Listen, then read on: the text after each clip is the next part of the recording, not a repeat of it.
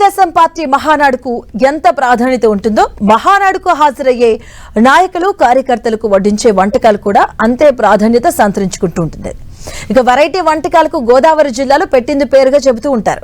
ఇక ఇదే సందర్భంలో దెందులూరు నియోజకవర్గంలో జరిగిన మహానాడులో నేతలు కార్యకర్తలకు రుచికరమైన నాన్ వెజ్ వంటకాలను అందుబాటులో ఉంచారు. దీనిపై మరింత సమాచారం మా కరెస్పాండెంట్ శ్రీనివాస్ అందిస్తారు. తమ్ముళ్ళు ఎంత ఉత్సాహంగా పసుపు పండుగ నిర్వహించుకుంటారో అదేవిధంగా గోదావరి జిల్లాలో ఎక్కువగా ఫుడ్కి సంబంధించి కూడా ఒక ప్రయారిటీ ఇస్తూ ఉండడం జరుగుతుంది. ముఖ్యంగా మహానాడులో ఎక్కువగా ప్రత్యేక ఆహార పదార్థాలు అయితే కూడా తయారు చేసి కార్యకర్తలకు అందిస్తూ ఉంటారు. మనం విజువల్స్లో కూడా చూడొచ్చు. ప్రస్తుతం మనం ఏలూరు జిల్లాలోని దెందులూరు నియోజకవర్గంలో జరుగుతున్నటువంటి మహానాడు సమావేశంలో ఉన్నాం. ఇక్కడ సంబంధించి క్లస్టర్ సంబంధించి ఇక్కడ సమావేశం కూడా జరుగుతుంది. ప్రతి కార్యకర్త అంటే సమావేశానికి వచ్చేటువంటి ప్రతి కార్యకర్తకు సంబంధించి కూడా ఒక విందు భోజనం ఏ విధంగా ఉంటుందో వెజ్ నాన్ వెజ్ వంటకాల్లో కూడా రొయ్యల బిర్యానీలు, చేపల పులుసులు, అలాగే చికెన్ రోస్ట్ బిర్యానీలు, ఇటువంటి వెరైటీలు దాదాపు 18 వెరైటీలతో కూడినటువంటి హిందూ భోజనాలు అయితే కూడా కార్యకర్తలకి నేతలైతే కూడా అందించడం జరుగుతుంది. దీనికి సంబంధించి ఏ విధంగా ఏర్పాట్లు చేశారు, ఎటువంటి ఐటమ్స్ పెట్టారనేది దీనికి సంబంధించి క్లస్టర్ ఇన్ఛార్జిగా ఉన్నటువంటి రాంప్రసాద్ గారు మనతో ఉన్నారు. సరే అండి, ముఖ్యంగా కార్యకర్తలకి అంటే గోదావరి జిల్లాలంటే మొత్తం హిందూ భోజనాలు ఎక్కడనే ఉంటాయి. ప్రత్యేకించి ఏలూరు జిల్లాకు సంబంధించి దెందులూరు నియోజకవర్గం ప్రత్యేకత ఉంటుంది. అంటే ఎటువంటి వెరైటీస్ ఉన్నాయి, ఏ విధంగా ఉన్నాయి? మార్నింగ్ బ్రేక్ఫాస్ట్ దగ్గర నుంచి టిఫిను, కాఫీ, టీ, మళ్ళీ మధ్యలో మేము కూల్ డ్రింక్స్, బటర్ మిల్క్, మంచినీళ్ళు అన్నీ సప్లై చేసాం.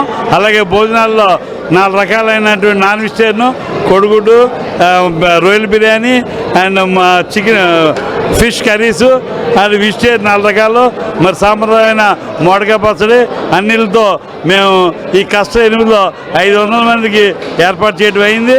అందరూ సంతృప్తిగా భోంచేసేలాగా ప్లాన్ చేసాం. అందుకని ప్రత్యేకంగా చింతమనేని మొత్తం ప్రతిరోజు కూడా ఆయన ఇంటి దగ్గర నిత్యాన్నదానం జరుగుతుందని చెప్తూ ఉంటారు. అంటే ఇక్కడ ప్రత్యేకించి వెరైటీస్ ఏమి ఉండబోతున్నాయి, ఆకట్టుకునే విధంగా ఎలా ఉన్నాయి?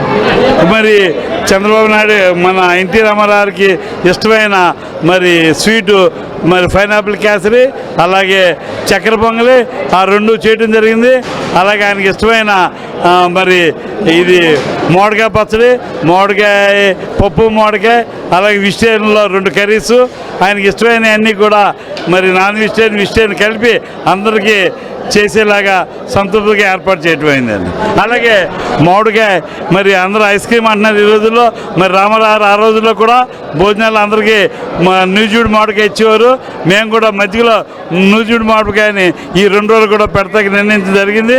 ఆ విధంగానే మేము ఏర్పాటు చేయడం జరిగిందండి. అలాగే భోజనం చేస్తున్నటువంటి భోజన ప్రియులు కూడా ఉన్నారు. ఒకసారి వారితో కూడా మాట్లాడదాం. కార్యకర్తలకు సంబంధించి కూడా ఇక్కడ వెరైటీస్ ఏమున్నాయి, వాళ్ళకి ఏదైనా సంబంధించి ఎలా ఉన్నాయి, భోజనాలకు సంబంధించి కూడా వెరైటీస్ ఏ విధంగా ఉన్నాయి, ఏ విధంగా పెడుతున్నాయి? భోజనాలు అన్నీ కూడా బాగున్నాయండి.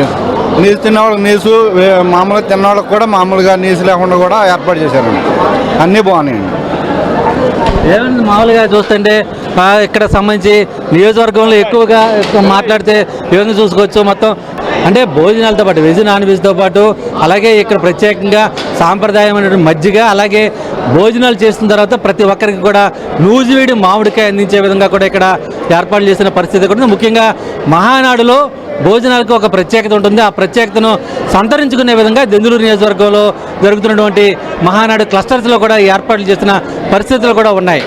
ప్రసాద్ శ్రీనివాస్ టీవీ, దెందులూరు నియోజకవర్గం నుంచి.